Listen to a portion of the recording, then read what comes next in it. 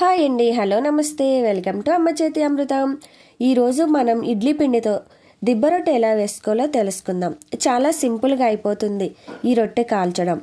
ముందుగా ఇడ్లీ పిండి తీసుకోండి. అందులో 2 టేబుల్ స్పూన్ల జీలకర్ర, రుచికి సరిపడా సాల్ట్ వేసి గరిటెతో బాగా కలుపుకోండి. ఇడ్లీ పిండి అనేది మరీ గట్టిగాను మరీ లూజ్గా కాకుండా చూసుకోండి. తర్వాత ఒక ప్యాన్ తీసుకుని అందులో 1 టేబుల్ స్పూన్ల ఆయిల్ వేసి ప్యాన్ లోపల చుట్టూతా అంతా ఆయిల్ అప్లై చేయండి. తర్వాత 1 టేబుల్ స్పూన్ల ఆయిల్ వేసి గ్యాస్ ఆన్ చేసి గ్యాస్ మీద పెట్టి ప్యాన్ పెట్టి ఆయిల్ కొంచెం హీట్ అయ్యాక ఇలా ఒక గ్లాస్తో వాటర్ తీసుకుని మధ్యలో పెట్టండి.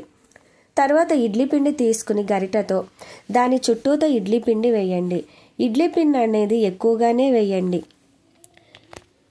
తర్వాత ఇలా ఇడ్లీ పిండి మొత్తం వేశాక దాని మీద మూత పెట్టండి. అలా మూత పెట్టి 8 మినిట్స్ వేగనివ్వండి. తర్వాత మూత తీసి మళ్ళీ 1 టేబుల్ స్పూన్ల ఆయిల్ రొట్టె చుట్టూతా వేయండి. తర్వాత మళ్ళీ మూత పెట్టి రొట్టె కాల్చండి. రొట్టె కాలాక స్టవ్ ఆఫ్ చేయండి. తర్వాత ఇలా అట్లకాడ తీసుకుని సైడ్స్ నుంచి రొట్టెను తీసుకోండి.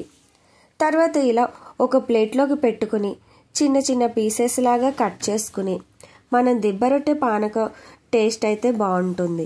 దానిని పానకంలో ముంచుకుని దిబ్బ రొట్టె తింటే టేస్ట్ చాలా బాగుంటుంది. ఒక్కసారి మీరు కూడా ట్రై చేయండి. అలాగే నా వీడియో మీకు నచ్చినట్లయితే నా ఛానల్ను లైక్ చేసి షేర్ చేసి సబ్స్క్రైబ్ చేయండి.